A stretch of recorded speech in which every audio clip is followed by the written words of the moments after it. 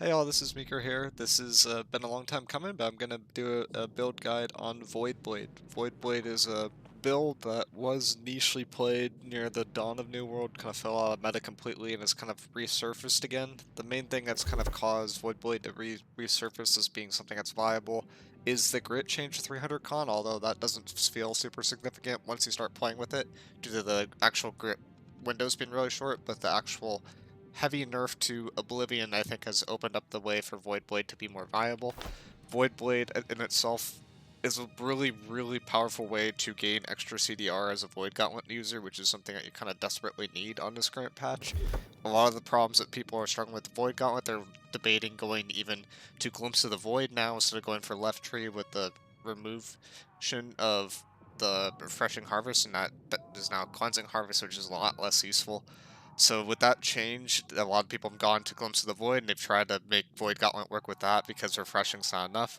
This is like a way to make that refreshing style work, or even refreshing ward with Void Gauntlet. I'd say this build is a very, very high skill cap build. It's not a very easy build to play well. A lot of people pick up this build and immediately assume that they're a heavy melee with a Void Blade that they could just swing all the time. And I would argue if you're playing it that way, you're not playing the build right. The right way to play this build is playing as a Void Gauntlet user, as a VG-IG, because if you try to play like a melee, you're going to get caught out and you're going to die, because Ice Gauntlet isn't good enough to save you compared to Great Axe where you could just charge out. So you need to be playing positionally wise as a mage, and then you swing on people in your zone and play for that zone control. So it's like kind of a hybrid disruptor support build is what I would characterize this as, and a lot of people are playing it as a medium or heavy melee a lot of the time, which is the problem I see with it. This is the tree I typically run with it. There's a few different ways to run this build. Stat split wise, I run it in OPRs and in some easier wars. I don't play it in harder wars because I just main SNS for those. But I've run it with 160 int. I try to get to 165. I don't have the shards on this set yet. 50 focus and then 300 con with food. 300 con gets me the grit. I don't think the grit is necessarily mandatory if you play this near the edge of point. There aren't as many circumstances where that's actually useful, and I think the grit is more just like a kind of a bait to get people on the build, but the main reason why you want to be on this build is the CDR. One thing to take into consideration is they nerfed refreshing moves so that it only applies to one target per hit. Void Gauntlet has inherent refreshing move built into the kit, or actually two refreshing moves built into the kit that you can cleave with, which makes Voidblade like really, really strong if you cleave, but the problem is if you try to go 1v5 versus melee, you will evaporate with the changes to Fortify. It's definitely not worth trying to force that. I find it to be best to just find a healer, kind of get behind them, farm your crits for the CDR, and then throw your cooldowns at the point, and then just farm your ult as fast as possible and kind of play off of that.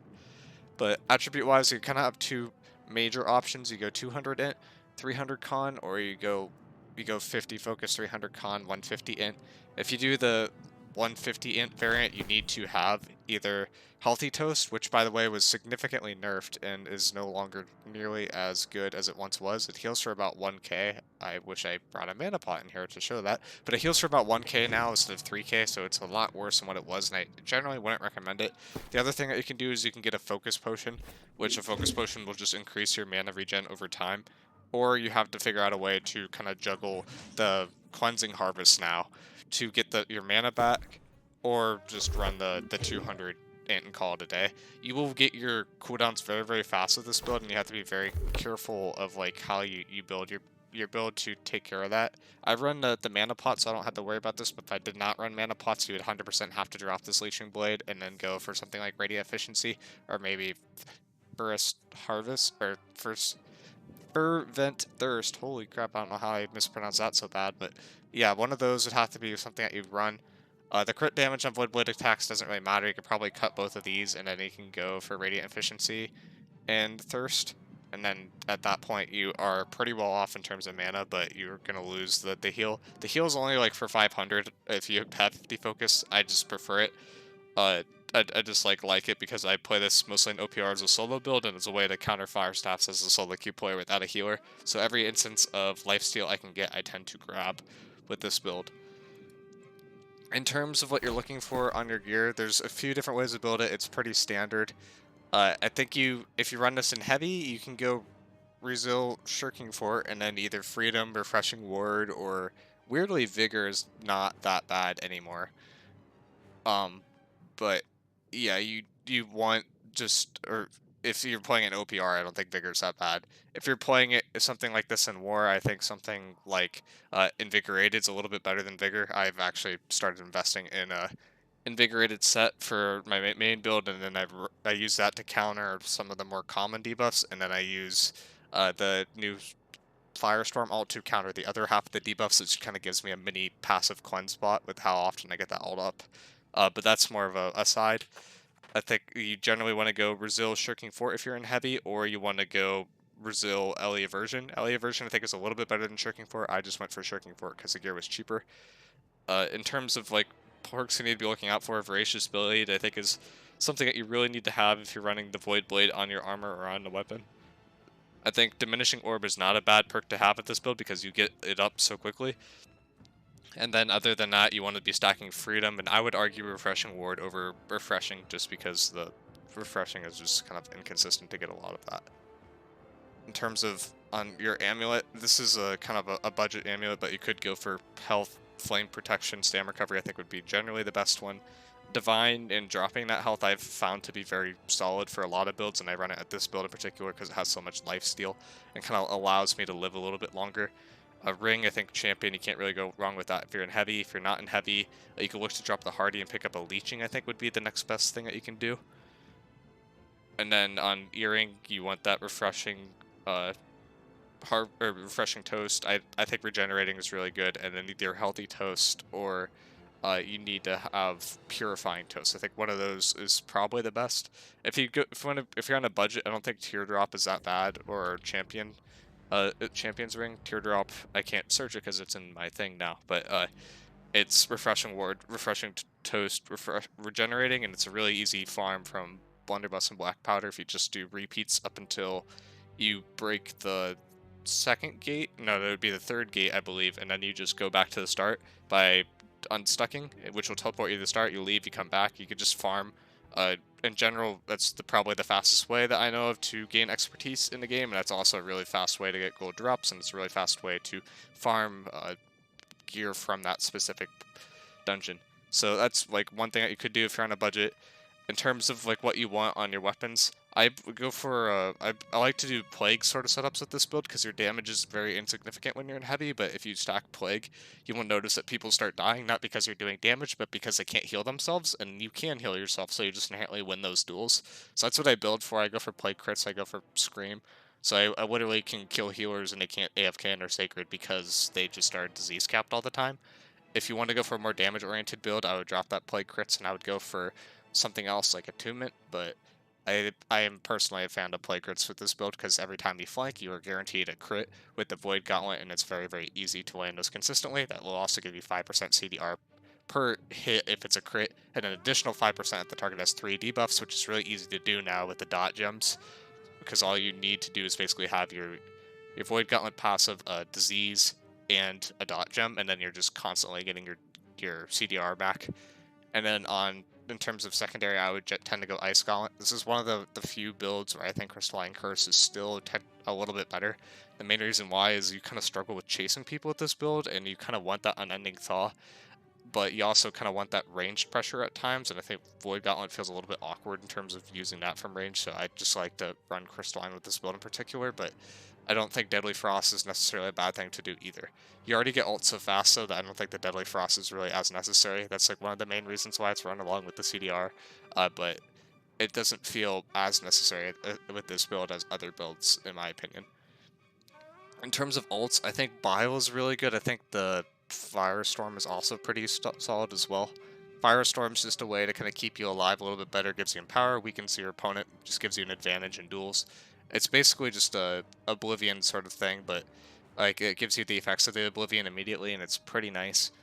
I think Bile's a little bit better for how I play it because I like to be on squishy people and then just throw my generic like debuffs at the clump, which tends to be my orb, which can proc that plague crits and apply debuffs there. It gives me CDR, and then I could use those screams to spam on healers and kind of chase them down. And then once they start getting away, I could start throwing orbs at them to slow them down and just continue to chase with the heavy attacks.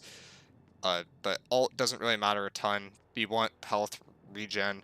If you run focus potions that can be used along with the regen to strip a buff that's on a debuff that's on you. So like the smolder stacks, that's a really easy way to get rid of those is if you run both of those, and it also solves your mana problem. And then infused fire absorption pots are kind of a known tech for a while now, and they're really expensive, but they're really good to run with this build, especially if you're playing an OPR or worse. And then you want to stack your bags with lasting consumption along with that. There is one free one that you can get from the current quest line. But you do that with fire absorption pots, and you will have a 45-second lasting fire absorption pot instead of a 30-second one, which just makes it very strong. It's a little bit bugged, but it's a kind of a well-known bug at this point, and I think it's been around for a while, so it's just more of a mechanic. But that's something that you can kind of gambit those fire absorption pots with, and it sets them apart from the actual powerful gemstones dust and powerful oak flesh bomb. They also are old fortify, which is good, but for heavy in particular, this fortify that you get from powerful gemstone dust is about comparable to what you get from fire absorption pots, so I think it's kind of a preference. But the fire absorption pots will last a lot longer, and I tend to find that fire damage to be very useful in the current meta. In terms of gem setup, I think you need a decent amount of slash, but not that much slash, because if you want to be taking 1v1s mostly with this build, you don't want to be taking 1vx's, and you can win most 1v1s versus any build in the game with this build. Your matchup that you're mostly worried about is Fire Staff, just because it can nuke you from range, and then Blunderbuss, which is why that fire damage resistance is really nice. So I stack a lot of fire damage resistance, especially because I don't run a lot of LA aversion, and then I'd use Shirking Fort to compensate for the not having as much general resist. That being said, like if you have elemental resistance and you go something like elemental aversion, then I would recommend doing 15/5 general elemental and then putting your amulet into fire, so that you end up with uh, a 15/5 15 fire split, and then the elemental aversion will stack an extra 20-ish%, and then you have the infused fire pots to kind of put you over the top, so that you're not weak to fire staff in any way, shape, or form, and you can win basically every duel that you come into. This is a more balanced setup, but it's just kind of tailored more so for OPR. But that's what I recommend running on this build in general. In terms of mechanics that you need to know about, there are a lot of ults that will cancel your blade. One ult that won't cancel your blade that's kind of underrated with this build is Detonate. Detonate won't cancel your current buffs on the build that you have out, so you could really take advantage of that passive 150 int perk.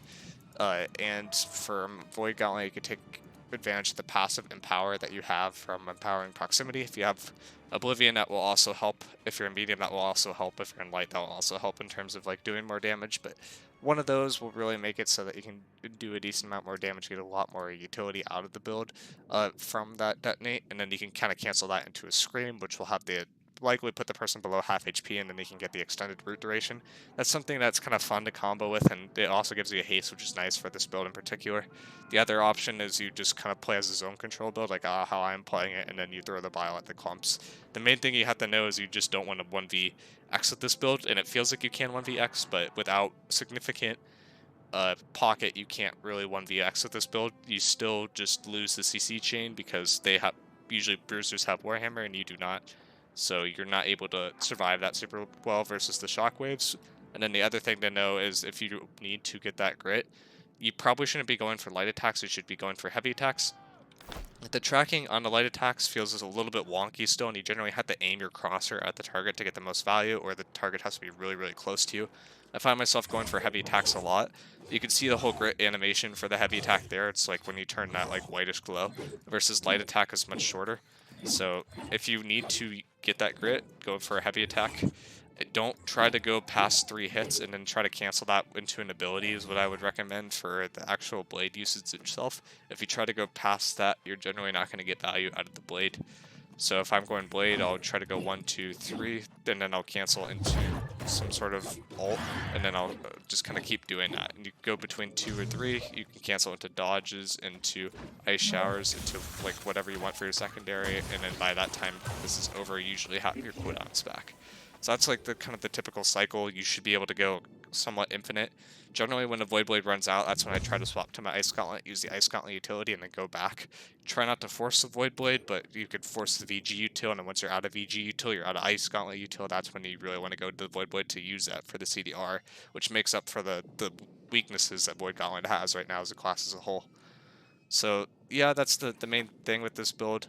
Just try to get out that old rend with the orb just to provide maximum utility to your army, and you'll find yourself doing more than you would think this build would as a support, while also having decent disruption for healers and people in your backline as a whole. And with that and that, I'll see you guys in the next video.